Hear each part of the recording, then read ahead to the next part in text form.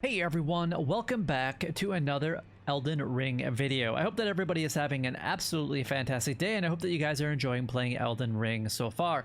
But anyway, in today's video, we're going to go over a little bit of cosplay, and that is kind of cross-referencing Assassin's Creed with Elden Ring. When I started looking through all the different armor pieces that I had, I really thought one of them stuck out to me, and it reminded me a lot of Ezio's black Assassin's Creed outfit. I'm going to try to put an image on the screen right about now for you guys so you guys can see and reference what I am talking about. Obviously, the game, the Assassin's Creed and Ezio is very old, so it's going to be a little blocky and whatnot, but you know, that's just the way it is.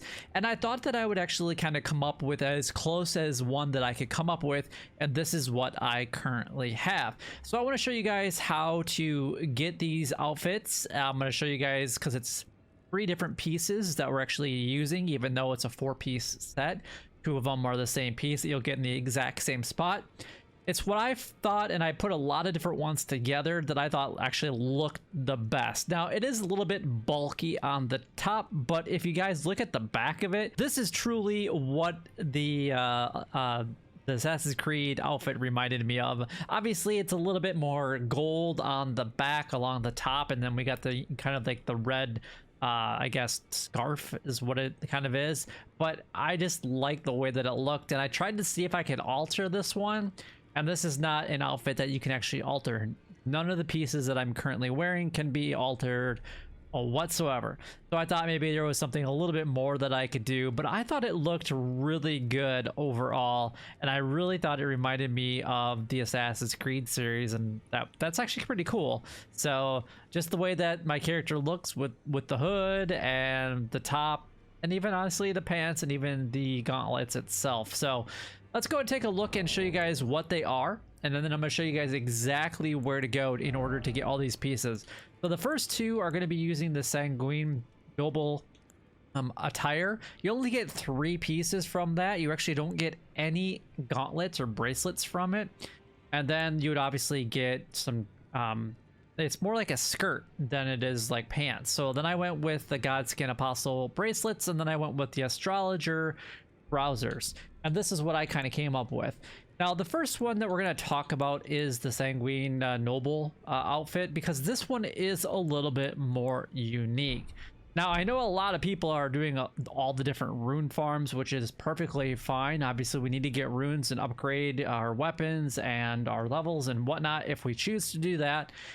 But if you guys talk to the Whiteface of Vere, when you first come into the game, just right outside of the graveyard into the first step, he'll be located right around in this area. And if you talk to him and follow his quest line, and then after you defeat Stormville Castle, you'll actually have to go up to Rose Church, and then that's where the rest of his story will kind of continue, and the quest line will continue.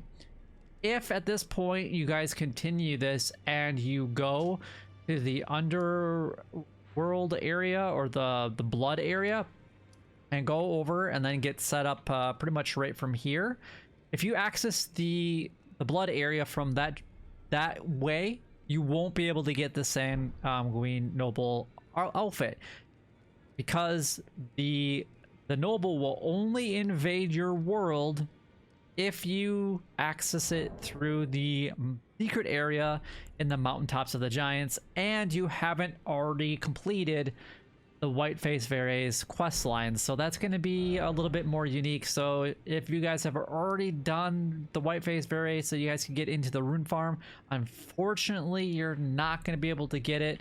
But what's going to happen in the secret area is you're going to come out right here, and then you're going to go to this Grace Point right here, and then head almost straight west, and this is the location that you guys will come into. And then it's gonna take you off of Torrent, and then you'll start running around, and eventually you'll be bombarded or invaded by the noble in this area. And then in order to access the blood area like I have done, which is going to be, you know, way down here, because this is obviously the only waypoint that I have in the underground after having a brand new world. you're gonna go just behind where you get invaded, and it's gonna be right about in this location right here. So if you just kind of work your way behind that area, you'll see one of the enemies that you can attack in the blood area just kind of hanging out, and then the portal will be completely surrounded by blood. Go through that portal and you're going to be sent to the blood area, and that's how you kind of access it. So the whiteface Very is an alternate way to do it, but I tried my first time around to get the Sanguine Noble to spawn. I can't even tell you how long I tried to get them to spawn, and it couldn't. And as soon as I went over to this location and got them and didn't do the whiteface Very's quest, it spawned immediately, and it also kicked me off of Torrent, which it obviously had never done the first times that I tried to go over there. So it will take a little bit of time in order to get over there, but that's how you get this one. You defeat that Sanguine Noble, and the rest is history. Now moving on to the next two, we'll start with the trousers first, just because they are going to be a little bit easier to go ahead and get.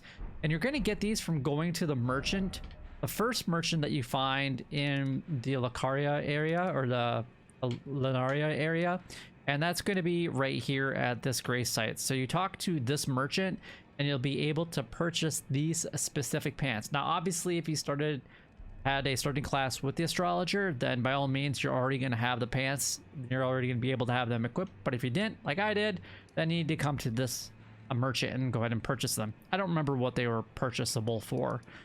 Now in order to get the bracelets, you will have to come to the Divine Tower of Caelid, which I don't think you can access that area until you defeat the boss in Caelid, so Redan.